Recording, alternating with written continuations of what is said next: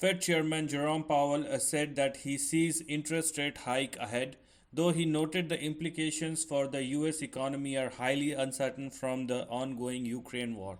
So, what you can get from this statement, which has given by the Fed chairman, is the underlying tone of the interest rate hike is rather bearish, though the market is thinking about a hawkish stance, because although market is factoring 6 to 7 rate hikes in the calendar year 2022, but the ongoing scenario actually tapered that expectation. So what does it means? So the primary thing that will happen is volatility. Volatility is going to be increased quite dramatically going forward. And this time it's not going to be a one way move, because volatility can happen on both the side and you will see upside as well as downside at the same time. So you have to be a smart trader, rather a smart trader, or just stay aside, just stay away from the market, sit on the sidelines and see what's happening over here.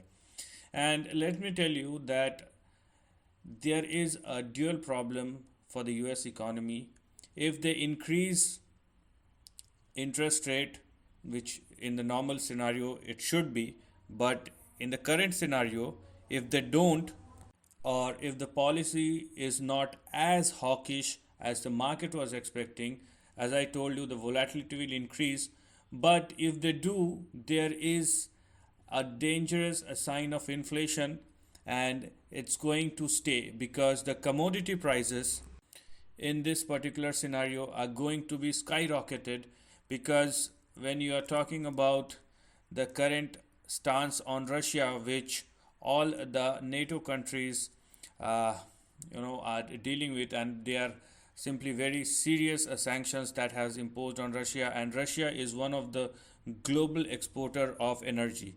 So until and unless things normalizes, we can't see the price of commodities going down, and it has a direct impact, or it is directly correlated with the inflation that's been going on. So more than 50% of the inflation is because of the commodity or high energy and commodity prices.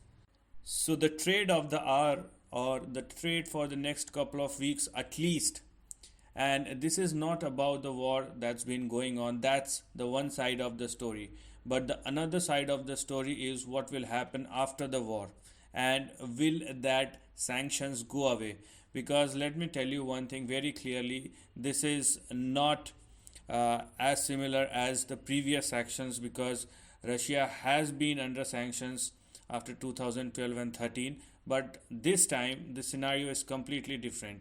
And even if there will be a peace deal, or you can see Russia invades Ukraine, the sanctions right now are so heavy that it will have a direct impact on the commodity prices. So commodity is the trade which you are going to, or which one must see going forward. And let me tell you, the moves are going to be very sharp. Either you are talking about oil, crude, gold, silver, you are talking about uh, other metals like diamond, platinum, palladium, everything is moving higher.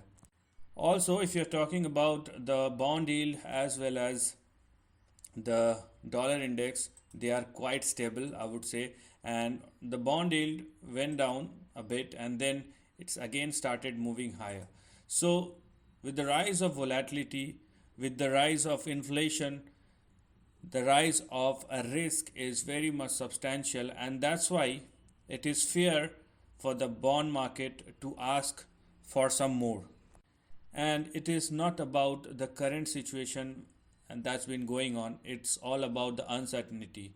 And till the time uncertainty prevails in the market, you will see interest rate, commodity prices are going to go on the higher side. And right now, if you can see the oil, so the Brent is trading at $117 per barrel, and the target which we can see over here, so the previous high that Brent was made, I think it's actually in between $130 $140 per barrel. So in the current situation, that's also a possibility over here. and money is there in the market. There has been a complete chaos in policies, and you have to be very strict, because on one side things are going out of your hand, and another side there will be a geopolitical crisis.